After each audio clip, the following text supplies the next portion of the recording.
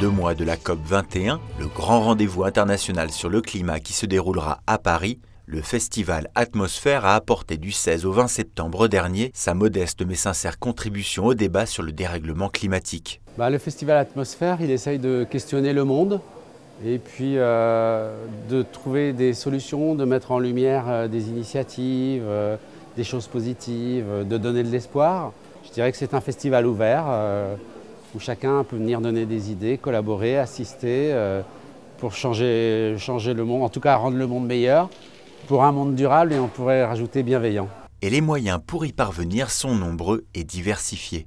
Au programme de cette 5e édition, des expositions photographiques, plastiques ou encore pédagogiques, de nombreuses avant-premières de films remarquables et remarqués, des conférences et des tables rondes s'interrogeant sur la ville, l'entreprise et l'homme de demain, du financement participatif destiné à soutenir des projets coopératifs, durables et solidaires, ou encore de la chanson et de la musique, avec notamment une 5e saison de Vivaldi imaginée par Alessandros Marqueas. Symbiose parfaite de cette diversité, le Laborigine orchestré par Marie-Odile Monchicourt a marqué les esprits par sa capacité à mêler musique, art plastique et effervescence scientifique. Partir de la réflexion des scientifiques et la porter dans un monde qui est beaucoup plus libre par rapport aux équations, celui des artistes, je trouve que c'est un excellent exercice pour l'esprit et sans doute pour le citoyen.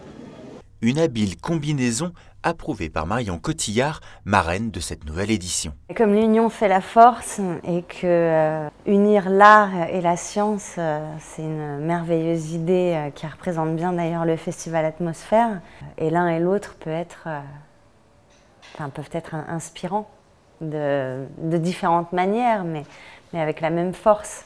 À l'instar de celle avec l'actrice oscarisée, le festival Atmosphère nous a encore offert cette année beaucoup de belles rencontres avec des réalisateurs comme Yann Arthus Bertrand ou Hubert Sauper, à qui l'on doit le cauchemar de Darwin, et avec des scientifiques reconnus à l'image de Jean-Louis Etienne, médecin et explorateur, ou de l'éminent glaciologue Claude Lorius, héros magnifique du dernier film de Luc Jacquet.